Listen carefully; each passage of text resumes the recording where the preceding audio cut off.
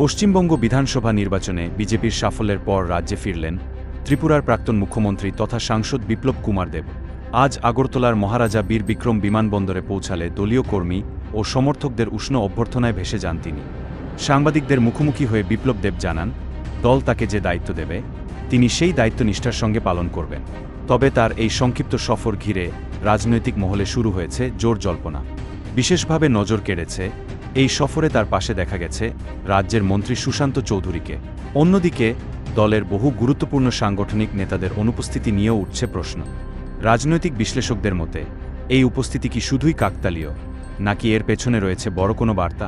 তাহলে কি ত্রিপুরা বিজেপির সংগঠনে আসতে চলেছে বর্ষর পরিবর্তন? আর সেই পরিবর্তনের কেন্দ্রবিন্দুতে কি থাকবেন সুশান্ত চৌধুরী?